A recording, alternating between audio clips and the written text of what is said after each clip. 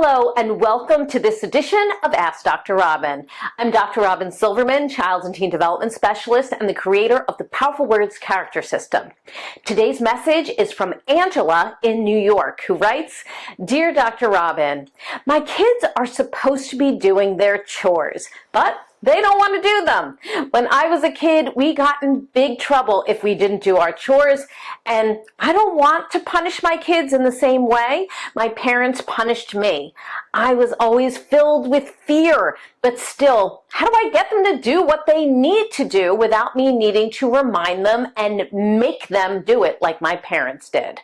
Well, thank you, Angela. Your question is one that actually many parents struggle with. I've been there too. We want our children to do what they have to do without reminders or nagging or frustration on anybody's part. We wonder, why can't they just get started? Some children resist because they don't have the executive functioning skills to get organized and see a task through to the end without some help and guidance. Others are resistant because they don't see the purpose. Still others don't get done with their to-do list because they know someone will rescue them and do it for them eventually if they wait long enough. If we want self-starters, we have to help them become self-starters. So here are some strategies to help you. Number one, help them to see themselves as contributors to the family. Instead of calling these tasks chores, let's throw that out, call them what they really are, contributions.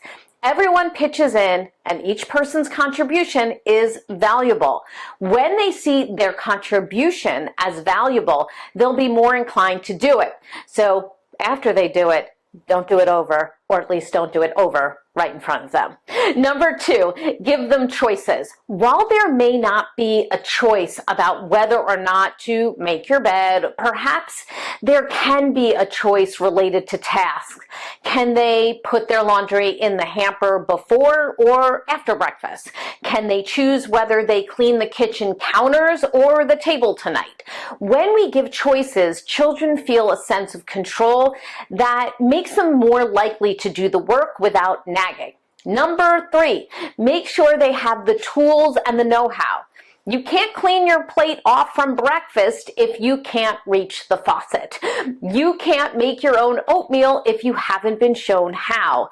Ensure that tools and instructions have been provided and are within reach so that your children can initiate tasks without waiting for you to do it. And once they can do it, don't do it for them, unless it's something out of the norm and you want to be really nice that day. Number four, show the example. Children tend to copy what they see. So if you take your dishes off the table after lunch, they're more inclined to do it too.